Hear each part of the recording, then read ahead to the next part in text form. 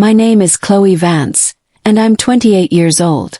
For most of my life I've been a ghostwriter, a creator of worlds and emotions that lived and breathed on paper, but never in the public eye. I was content with that, I thought. I found my solace in the quiet hum of my own imagination, in the scratch of a pen across a fresh journal page. I just never, in my wildest nightmares, expected that the person I was ghostwriting for was my own sister. I never imagined that my most private, heartfelt words, the very fabric of my soul, were being used to build her glittering million-dollar empire.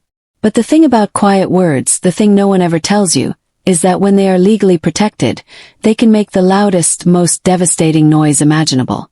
And my words, the ones stolen from the pages of my life, were about to bring my sister Tara's entire world crashing down around her in a way she never saw coming. It wasn't a loud, screaming confrontation. It was something much quieter, much more permanent. It was the sweetest, most methodical revenge I could have ever conceived. Before I dive into the full story of how a stack of dusty journals and a few key legal documents became my secret weapon against the ultimate family betrayal, I want to welcome you. Let me know where you're watching from in the comments below. It's always incredible to see how far these stories travel. And if you've ever felt invisible or had your voice drowned out by someone louder, go ahead and hit that like button. Helps more than you know. And if you're new here, make sure you subscribe to join this community of people who know that sometimes, the quietest ones have the most powerful stories to tell. To understand what Tara did, you have to understand us. You have to understand the ecosystem of our family. A carefully balanced terrarium where one plant was cultivated to bloom extravagantly, while the other was expected to be the quiet, unassuming moss that simply filled the empty space. Tara was the bloom. From the moment she could walk, she commanded attention. She was all dazzling smiles, bright laughter, and a magnetic energy that pulled everyone into her orbit. I was the moss. Quiet, observant, and happiest in the shade. While Tara was the star of every school play, the captain of the cheerleading squad, the prom queen, I was the girl in the corner of the library, my nose buried in a book or hidden away in my bedroom, filling notebooks with stories and observations. My world was internal, rich and deep, but silent. Her world was external, shimmering and loud, but as I would later discover, astonishingly hollow. Our parents weren't malicious, they were just captivated. They were two of the many planets orbiting the sun that was Tara. They adored her confidence, her sparkle. They called it ambition. My quietness, my need for solitude, they called shyness. They encouraged me to be more like her, to come out of my shell, never understanding that my shell was not a prison, but a home. The dynamic was cemented early on. I remember one summer afternoon. I must have been about 9 years old. I'd spent the entire day crafting an elaborate story about a tiny knight who lived in our garden, fighting epic battles against aphids on the rose bushes. I drew maps, created a lineage for him, wrote his entire heroic saga. I was so proud. I presented it to my parents, my little hands trembling with excitement. They smiled a little distractedly and said, "That's lovely, sweetie. What a wonderful imagination." Later that evening, at a family barbecue, Tara, who had overheard my story, retold it to all our aunts, uncles and cousins. But in her version, she was the creator. She stood in the center of the lawn, acting out the parts, her voice full of drama and flair. And then Sir Reginald the Tiny, she declared, vowed to protect the Rosy Kingdom forever. Everyone was enchanted. They laughed, they applauded, they marveled at her creativity. I stood by the picnic table, my own story stolen and worn like a costume, and felt a familiar cold wave of invisibility wash over me. I tried to speak up, a small voice piping up. I made that up. Tara just laughed, a bright tinkling sound, and ruffled my hair. "Oh, Chloe, don't be silly. We were just playing." My dad chimed in, chuckling. "Let your sister have her fun, honey. She's just so charming." And that was it. My truth, erased by her charm. I didn't have the words for it then, but I now know what that was. It was the first time my intellectual property had been infringed upon. It would not be the last. That night, I went up to my room and started my first real journal. I decided if no one else was going to be the keeper of my stories, I would have to be. My journals became my sanctuary, my confidant, the only place where my voice was unequivocally my own.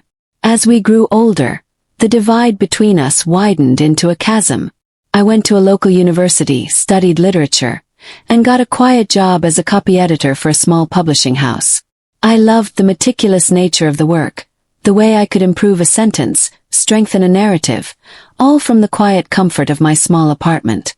I lived a life measured in cups of tea and chapters read. Tara, meanwhile, had turned her natural charm into a career. She became Tara's Trails, a travel influencer. Her Instagram was a curated masterpiece of sun-drenched landscapes, bohemian chic outfits, and captions that spoke of a deep, spiritual connection to the world. She was living the dream, a global nomad with over 1 million followers hanging on her every word. And our family couldn't have been prouder. Every phone call, every holiday gathering was an ode to Tara's success. Did you see Tara's post from Morocco? The way she writes, it's like poetry. My mom would gush. She's really making a name for herself. Built it all on her own, my dad would say. His chest puffed with pride. I would just smile and nod, feeling the familiar pang of being the dull, gray backdrop to her vibrant masterpiece. I was happy for her, truly. Or at least I told myself I was. It was easier than admitting the small, bitter part of me that felt a profound sense of injustice, a feeling I could never quite name. The first crack in my carefully constructed denial appeared on a Tuesday evening.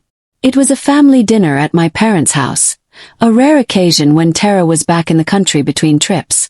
She was holding court, of course, regaling us with a story from her recent spontaneous trip to Lisbon. "The light there is just different," she said, her eyes half closed as if recalling a sacred memory. "It's this incredible golden wash over all the terracotta roofs, and it makes you feel like you've stepped into an old painting."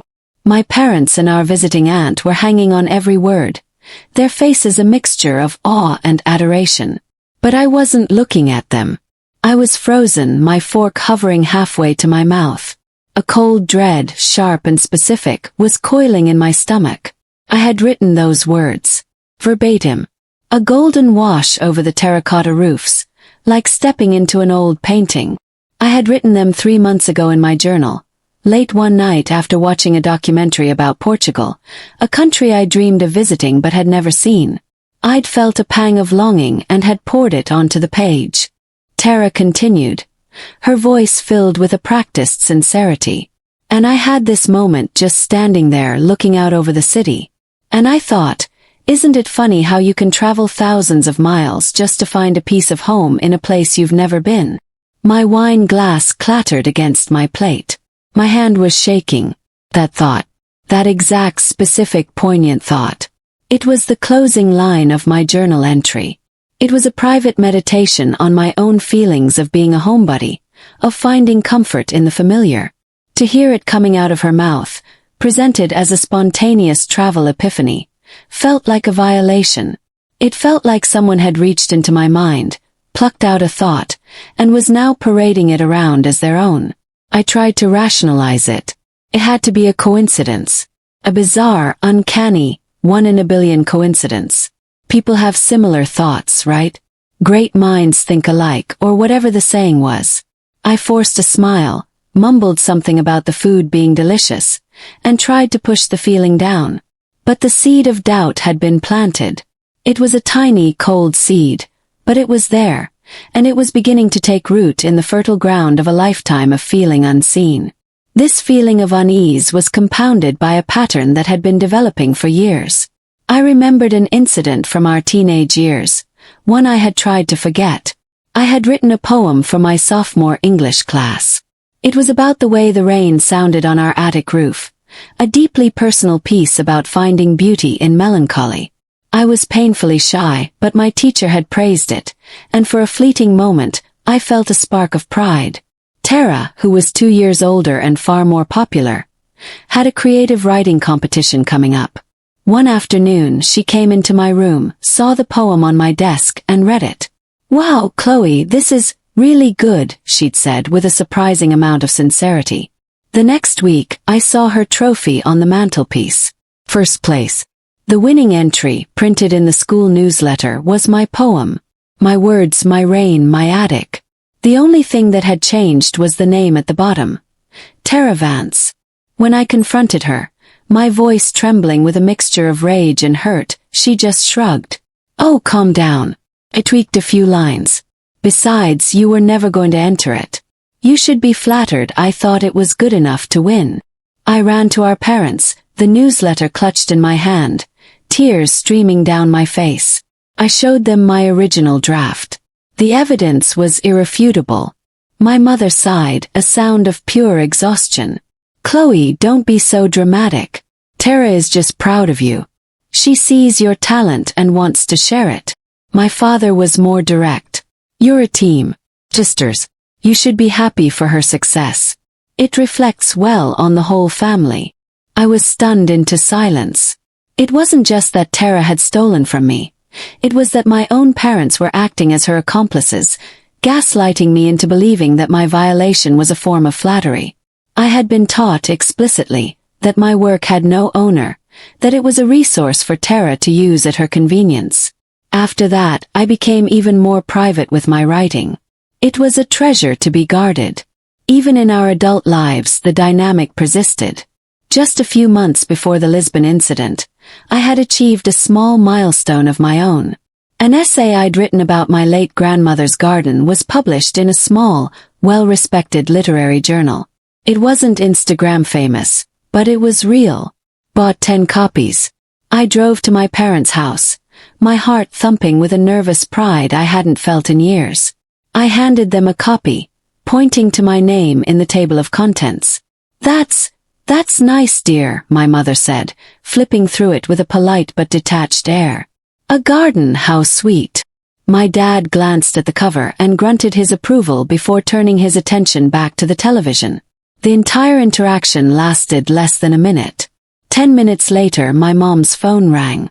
It was Tara, FaceTiming from a yoga retreat in Bali. Instantly, my parents were transformed. They leaned into the phone, their faces alight with excitement. "Tara. Oh, it looks beautiful. Tell us everything. What's the food like? Are you meeting fascinating people?" They spent 20 minutes completely enraptured as Tara described the color of the sunset. My small, tangible achievement, the printed words in my hand, had evaporated in the face of her filtered digital glamour. I sat there, holding the journal, feeling like a fool. It was clear. My accomplishments were hobbies. Hers were headlines. That cold seed of doubt planted at the dinner table began to sprout. I started paying closer attention. I found myself morbidly scrolling through Tara's feed, a knot of anxiety tightening in my chest with every post. A picture of her on a black sand beach in Iceland was captioned, "The world is not loud. It's full of quiet, violent beauty. We are the ones who make all the noise." My blood ran cold. I had written that in my digital journal last winter, staring out my window at a snowstorm, feeling small and insignificant against the power of nature. Another post, a smiling selfie in a bustling market in Marrakesh. Lost is just a lovely word for on the way to somewhere new. A line I had scrawled on a napkin at a coffee shop when I was feeling adrift in my own life. It wasn't a coincidence. It was a pattern. A meticulous, systematic looting of my innermost thoughts. The final, undeniable proof came 2 weeks later. Tara posted a new blog entry on Tara's Trails. It was titled 1,000 Green Sighs, and it was about a solo trip to the Arashiyama Bamboo Grove in Kyoto. It was a beautiful piece. Poetic, moving, and deeply resonant. It was also, word for word, an entry from my private, password-protected online journal that I had started a year ago. I had written it after seeing a photograph of the grove and imagining what it would feel like to be there. I had poured my own longing for peace and stillness into that piece, crafting the phrase 1,000 green sighs to capture the sound I imagined the wind would make through the bamboo. And there it was, published for the world to see, with her name on it. Her followers were eating it up. "So profound, Tara. You have such an old soul. Your writing always moves me to tears." I felt a physical wave of nausea. I pushed away from my desk, my chair scraping harshly against the floor. How? The question screamed in my mind. The physical journals were safe in a locked chest in my closet. But the digital one was on a cloud server. Password protected. A memory surfaced, hazy at first, then sharpening into painful clarity. Tara had visited about 8 months ago. She'd stayed for a weekend, a whirlwind of perfume, discarded shopping bags, and loud phone calls.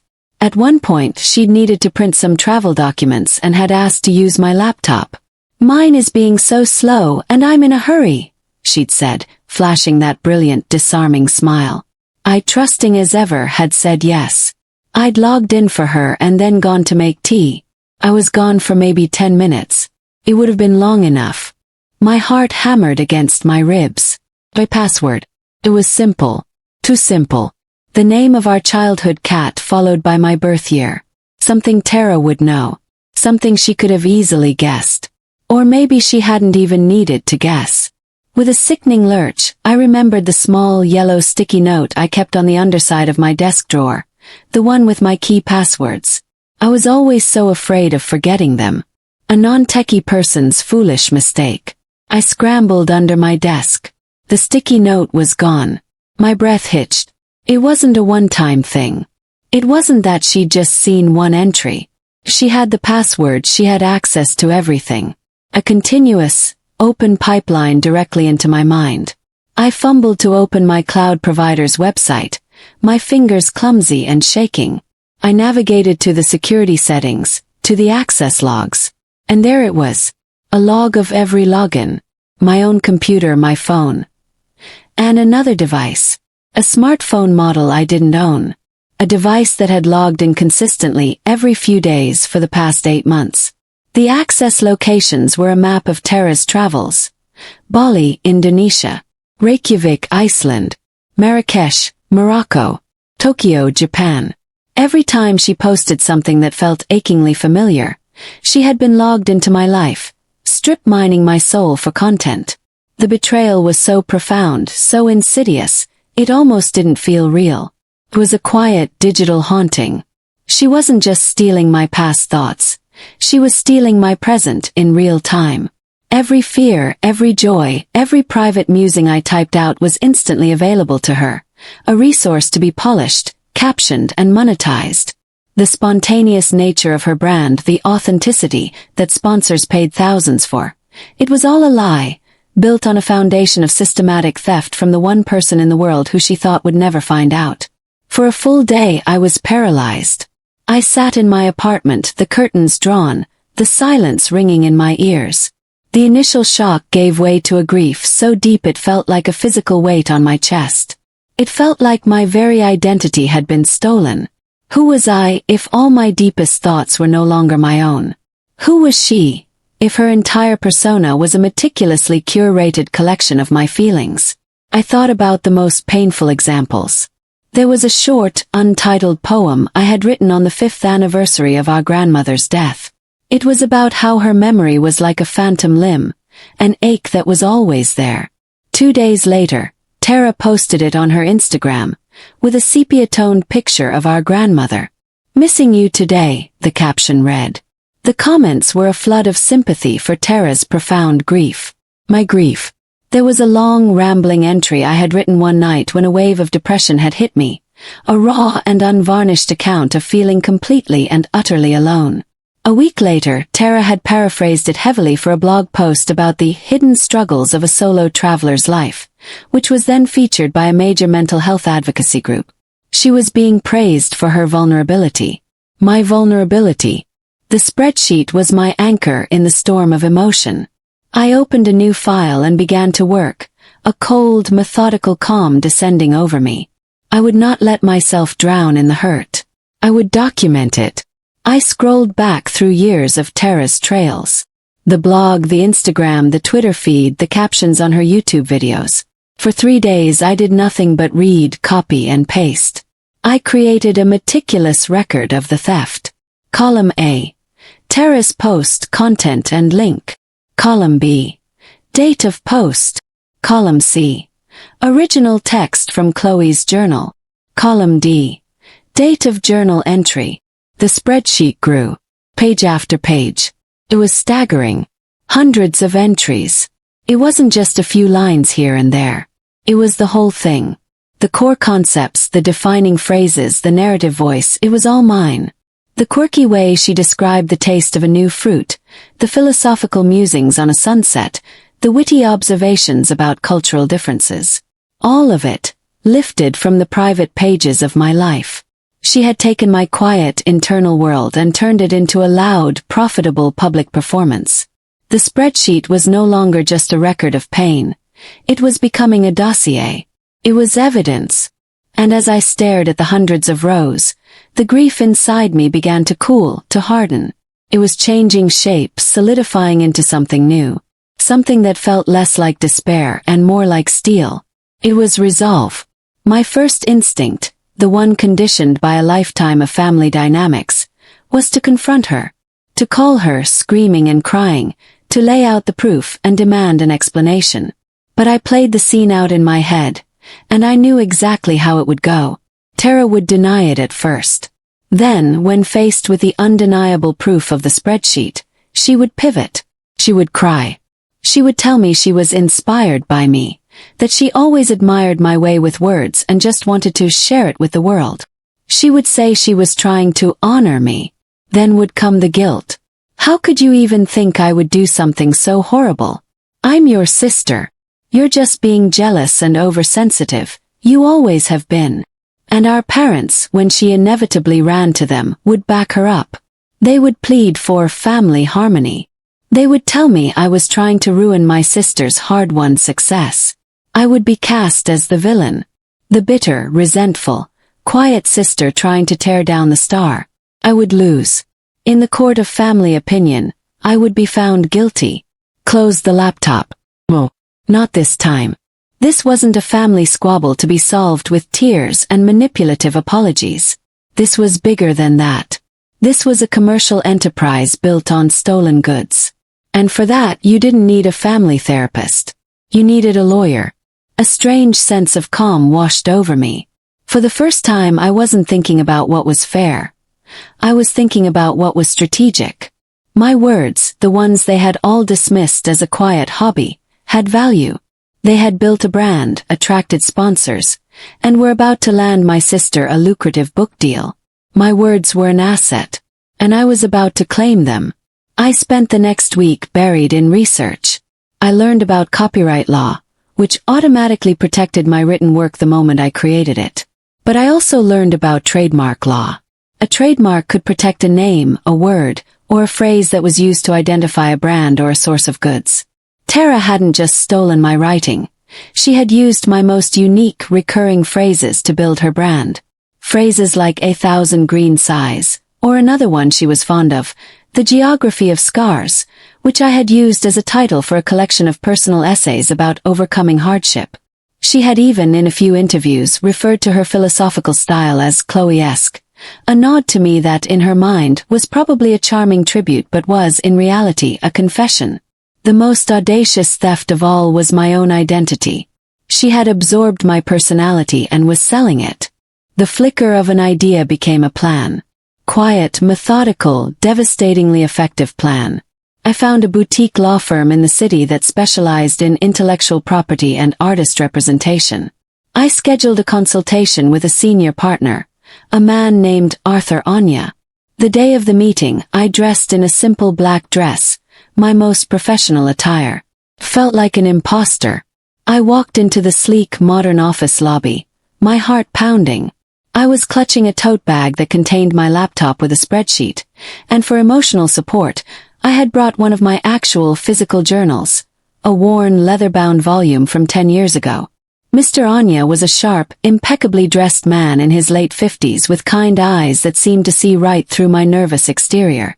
I sat across from him at a large mahogany table, my voice barely a whisper as I started to explain. My name is Chloe Vance, and I believe my sister has been using my writing. The words felt inadequate, flimsy. But then I opened my laptop. I turned it around and showed him the spreadsheet. I said nothing, just let him scroll. I watched his face change. The polite attentiveness shifted into sharp focus, then to a look of utter disbelief, and finally to a grim, steely-eyed concentration. He scrolled for a long time, up and down. He clicked on a few of the links to Tara's blog, then read the corresponding text from my journal entry on the screen. He finally looked up at me, his expression unreadable. "Miss Vance," he said, his voice quiet but firm. "Let me be perfectly clear. What your sister has done isn't just a family issue, or using your writing. This is a calculated, systematic, and large-scale infringement of your intellectual property for significant commercial gain." Hearing my chaotic swirl of hurt and anger articulated in such precise legal terms was the most profound validation I had ever experienced. It was like a weight being lifted from my shoulders. I wasn't crazy. I wasn't being oversensitive. I was a victim of a crime. Her entire brand, he continued, gesturing to the screen. Her voice, her perceived authenticity, the very things that give her market value, are, it seems, entirely yours. She hasn't just stolen your words. She has stolen your persona. In the world of branding, that's everything. He leaned back in his chair. We have several avenues. We could sue her for copyright infringement for damages and profits. We could issue takedown notices to all the platforms and sponsors. It would be messy, public, and very effective. He paused, looking at me intently. Or, he said, a slight smile playing on his lips, we could be more elegant, more strategic. We could take control of the asset itself. He explained the plan. We would file for trademarks. We would trademark the key phrases she had popularized, 1,000 green size, the geography of scars, and another one she used as a sign-off, Wanderlost. And then, for the masterstroke, he suggested we trademark the name Chloe Vance itself as a brand for literary and educational services. He explained, she has, through her actions and even her own admission of being Chloe-esque, established your name as the source of the style. We're simply formalizing it. The audacity of it thrilled me. It wasn't about destroying her in a fiery confrontation. It was about quietly, legally, and irrevocably taking back what was mine. It was a strategy that mirrored my own personality. Quiet, thoughtful, but unyielding. The process would be expensive. It would take almost all of my savings. It was a terrifying gamble. But as I sat there in that office, I realized it wasn't just an expense. It was the first real investment I had ever made in myself. Let's do it, I said, my voice clear and steady for the first time. The next 3 months were an exercise in excruciating patience. Mr. Anya and his team filed the paperwork. The applications entered the slow, bureaucratic pipeline of the trademark office. And I had to wait. During that time I had to pretend everything was normal. I went to my parents' wedding anniversary party. Tara was there, fresh from a sponsored trip to the Maldives. She was radiant, holding court, talking about her upcoming book deal. It's a collection of my best essays and thoughts on travel, she announced to the adoring crowd of family friends. My essays, my thoughts. I felt a surge of hot rage, but I pushed it down and replaced it with the cold, hard knowledge of what was coming. I smiled, raised my glass of champagne and said, "Congratulations, Tara. No one deserves it more." She beamed, completely oblivious. The irony was so thick I could have choked on it. The waiting was the hardest part. There were nights I lay awake, my mind racing with doubt. What if it didn't work? What if she found out? I confided in my one close friend, a colleague from work named Maya. She was the only person besides my lawyer who knew the whole story. I met her for coffee one Saturday, my nerves frayed. "Am I doing the right thing, Maya?" I whispered, stirring my latte until it was just a brown swirl. "I'm about to detonate a bomb in the middle of my own family." Maya reached across the table and put her hand on mine. Her expression was fierce. "Chloe, listen to me. A bomb already went off. It went off when your sister decided your life was her property. It went off every time your parents chose her glamour over your truth. You're not the one with the detonator. You're just the one who's finally holding them accountable for the demolition." Her words were the anchor I needed. She was right. I wasn't the aggressor here. I was the one drawing a boundary, albeit a boundary forged in legal steel. A week before the final approval came through, the universe decided to test my resolve. My phone rang and it was Tara. Her voice was breezy, casual. "Hey, Chloe. I have a quick question." I braced myself. "I'm in Arizona," she said. "A sponsor wants me to do a big post about finding spirituality in the desert. You know, like the stark beauty, the silence, that kind of thing. And I'm just drawing a complete blank. You're so good at that stuff. Have you had any deep thoughts about deserts lately?" I was speechless. The sheer, unadulterated entitlement of it. It wasn't even a secret anymore. She was openly calling me for content like I was her staff writer. The last vestiges of my doubt burned away, replaced by a white-hot certainty. "No, Tara," I said, my voice colder than I intended. "No thoughts about deserts. I have to go." I hung up before she could respond. The fuse was lit. And then one rainy Tuesday morning the email arrived. The subject line was simple. "Vance trademarks, approved." I clicked it open, my hands trembling. There they were. Scanned copies of the official certificates from the United States Patent and Trademark Office. Registration number after registration number. Chloe Vance. 1,000 green size. The geography of scars. Wanderlost. They were mine. Legally, irrevocably, and exclusively mine. I didn't shout. I didn't cry.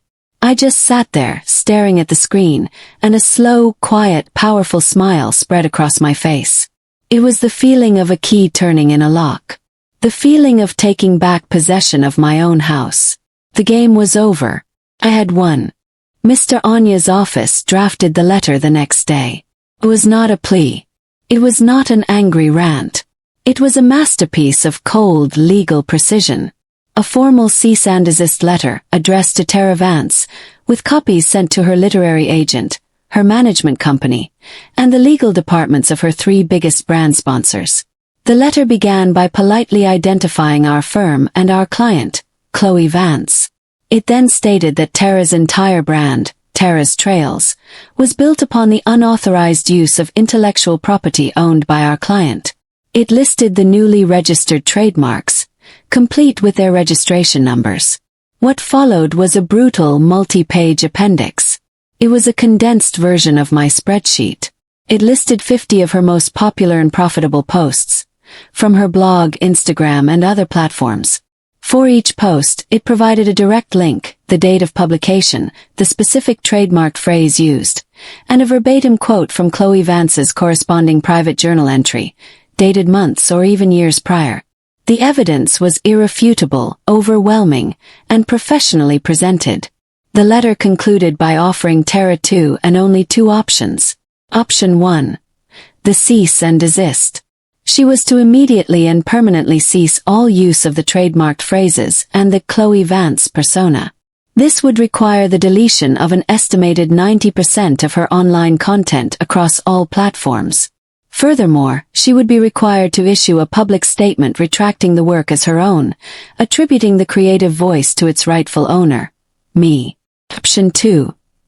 The licensing agreement. Should she wish to continue using the intellectual property that formed the basis of her career, she could enter into a licensing agreement with our client. The letter included a proposed contract. It required a significant retroactive payment for all past usage, calculated as a percentage of her estimated earnings over the last 3 years. The figure Mr. Anya had calculated was well into 6 figures. It also outlined a steep ongoing licensing fee for any future use of the brand. It was, in essence, a bill for the life she had stolen. The letter was sent via traceable overnight courier. The trap was set. All I had to do was wait for the snap. I didn't have to wait long. The courier's delivery receipt pinged on my phone at 10:15 a.m. the next morning. At 10:23 a.m., my phone began to vibrate, the screen flashing with a picture of Tara's smiling, sun-kissed face. I let it ring for a moment, took a deep breath, and answered. I put it on speakerphone. I wanted to hear every nuance. The sound that came through was not her usual breezy, confident tone. It was a strangled, hysterical shriek. "Chloe, what have you done? What is this legal garbage? Are you actually insane?" For the first time in my entire life, I did not shrink from her anger. I did not apologize. I did not try to soothe her. My voice when I spoke was unervingly calm. It was the voice of someone who held all the cards. "I've protected my work, Tara." "Protected your work?" she screeched, her voice cracking. "You've sent this to my agent. To my sponsors. You're trying to ruin me. This is my life. My career. We are sisters." "That's where you're wrong," I said, the words flowing with a clarity that surprised even me. "It's my life. You just wore it like a costume. The career you built was on a foundation of my thoughts, my feelings, my grief, my joy. You monetized my very soul without my permission." She switched tactics, her rage dissolving into desperate, pleading sobs. It was a performance I had seen 100 times before, the one that always worked on our parents, the one that always made me feel guilty. "But I always said I was inspired by you. I love your writing. I just wanted to share it. I don't understand why you're doing this to me." "Let me make it very simple for you to understand, Tara," I said, the cold steel returning to my voice. "You're a business. Tara's Trails is a business. You work with sponsors, you have an agent, you sell a product. The product is an authentic narrative voice. But the product is defective because you don't own the source code. You do. The work is mine. If you want to use my work, you have to pay for it. It's just business." A new wave of fury erupted from the phone. "You're just jealous. You've always been jealous of my life, of my success. You're a bitter little nobody, and you're trying to drag me down with you." I almost laughed. The accusation was so predictable, so hollow. "Jealous of what, Tara?" I asked, my voice dangerously soft. "Jealous of a life you didn't actually live. Jealous of feelings you never actually felt. Jealous of a connection to the world you had to steal from my private journals. No, I'm not jealous. I'm the creditor. And the bill, for the first time in your life, is due." I heard a gasp, then sputtering silence. She had no response. The truth, stripped of all its emotional camouflage, had finally landed. I didn't wait for her to recover. "You have two options, Tara. Your lawyer can speak to my lawyer. Goodbye." I pressed the end call button. The silence that filled my apartment was no longer empty. It was full. It was the sound of a power dynamic that had defined my entire life being shattered into a million pieces. It was the sound of my own, quiet, long overdue victory. The implosion was swift and spectacular. The first shockwave hit our parents. My mother called me an hour after I hung up with Tara. Her voice was a tempest of disbelief and fury. "Chloe Marie Vance, what on earth have you done to your poor sister? She is beside herself. How could you be so cruel? She has worked so hard for everything she has." "Her work, Mom?" I asked, my voice devoid of the pleading tone it usually carried when I spoke to her. "Are you sure you want to call it her work?" I didn't argue. I didn't defend myself. I simply attached a single file to an email and sent it to both of my parents. The file was titled, Tara's comparative_analysis.xlsx. It was the spreadsheet. I simply said, "Read this. Then we can talk about who worked so hard, and who was cruel." The phone call that came 3 hours later was from a different man than the father I knew. It was just him on the line. He sounded broken. "Chloe," he said, his voice raspy. "Your mother. She's upstairs. She won't come to the phone. We read it. We read the whole thing." He took a shaky breath. "We saw what we wanted to see, honey. We were so proud of her, so caught up in the success. We didn't look too closely. We didn't want to. I'm so sorry, Chloe. We failed you. It wasn't absolution. It wasn't a magical fix." But hearing those words, hearing that crack in the foundation of their decades-long narrative, was a validation almost as powerful as the one I'd gotten from Mr. Anya. It was a start. My mother, he explained, was still in a state of deep denial, alternating between defending Tara and simply refusing to discuss it. The perfect image of her golden child had been shattered, and she couldn't handle the shards. The second shockwave hit Tara's business. Her agent called Mr. Anya, blustering at first, threatening a countersuit for defamation. Mr. Anya calmly informed him that truth is an absolute defense against defamation, and that if they wished to proceed to court, he would be more than happy to enter the spreadsheet and Tara's cloud login history into public record during discovery. The agent's tone changed immediately. The blustering ceased. Then the sponsors started to pull out. The letter they had received from Mr. Anya's firm was a ticking time bomb for their own brands. They were built on associating with authenticity, and the letter proved in meticulous detail that their star influencer was a fraud. Contracts were terminated, citing morals clauses. Within a week, the Tara's Trails empire began to publicly crumble. Tara posted a brief, tearful video, a performance, I noted, that felt far less convincing than her usual ones, announcing she was taking an indefinite break from social media to focus on her mental health and reconnect with her authentic self. Then her accounts went dark. The blog was taken down. The 1 million followers were left with a blank page. The silence was deafening. A week after that, a small, padded envelope arrived for me. There was no return address, but I knew who it was from. Inside was one of my old journals, a small, cloth-bound one from when I was 16. It was one I thought I'd lost during a move years ago. I realized Tara must have taken it back then and kept it. Tucked inside the front cover was a folded piece of paper. On it, in Tara's familiar loopy handwriting, were just 2 words. I'm sorry. It wasn't enough to heal 2 decades of wounds.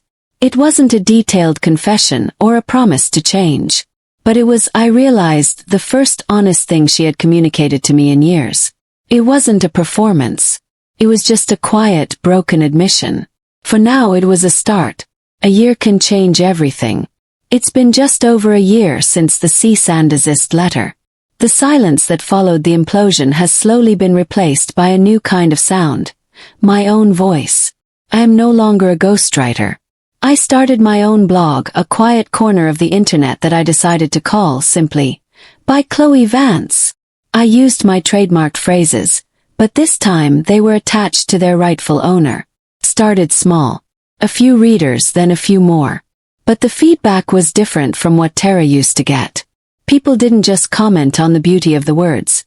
They commented on the honesty, the realness.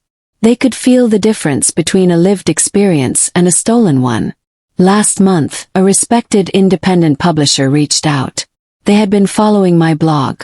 They offered me a book deal. It's a collection of personal essays, the very same ones I had once thought were lost to my sister's ambition. The book is called The Geography of Scars. My geography. My scars. My name on the cover. Tara is living back at home with our parents.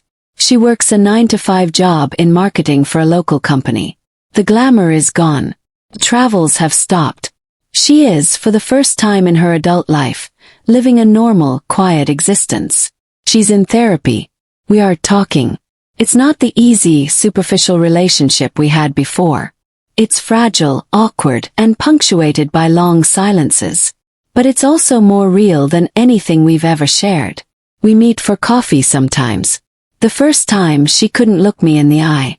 The last time she asked me, her voice soft and hesitant, "What are you writing about now?" It was a simple question, but it held a universe of meaning. She was asking about me, not looking for material. Our parents are still navigating the new world order. My father tries, in his clumsy way, to connect with me, to ask about my work with genuine interest. My mother and I are still finding our footing. The myth of the golden child died hard, but in its place, something more equitable is slowly, painstakingly being built. She is finally learning to see her 2 daughters, not just the one who shone the brightest. Looking back, the whole ordeal feels both surreal and inevitable. I had to become a corporation, a legal entity with registered trademarks, to finally be seen as a person in my own family. I had to put a price tag on my soul to prove that it had value. But the truth is, my words always had value. My life, my thoughts, my quiet observations, they were always worthy. I just had to be the one to finally stand up and claim them. The world will only value you as much as you value yourself. It's a harsh lesson, but a vital one. Your voice, your experiences, your private thoughts, they have an immense and innate worth. They are the only things in this world that are truly, uniquely yours. So I want to leave you with this thought. Never let anyone steal your story from you, whether they are a stranger on the internet or the person you share blood with. Your narrative is your power. Have you ever had to fight to have your voice heard in your own life? Share your story in the comments below. I read them all, and I know your experiences will give strength to others in this community. And please, don't forget to like this video if my story resonated with you, and subscribe for more stories about finding your power in the quietest places. Thank you so much for joining me on this journey and for listening. Remember, sometimes the most important boundaries we set are with the people who are standing closest to us.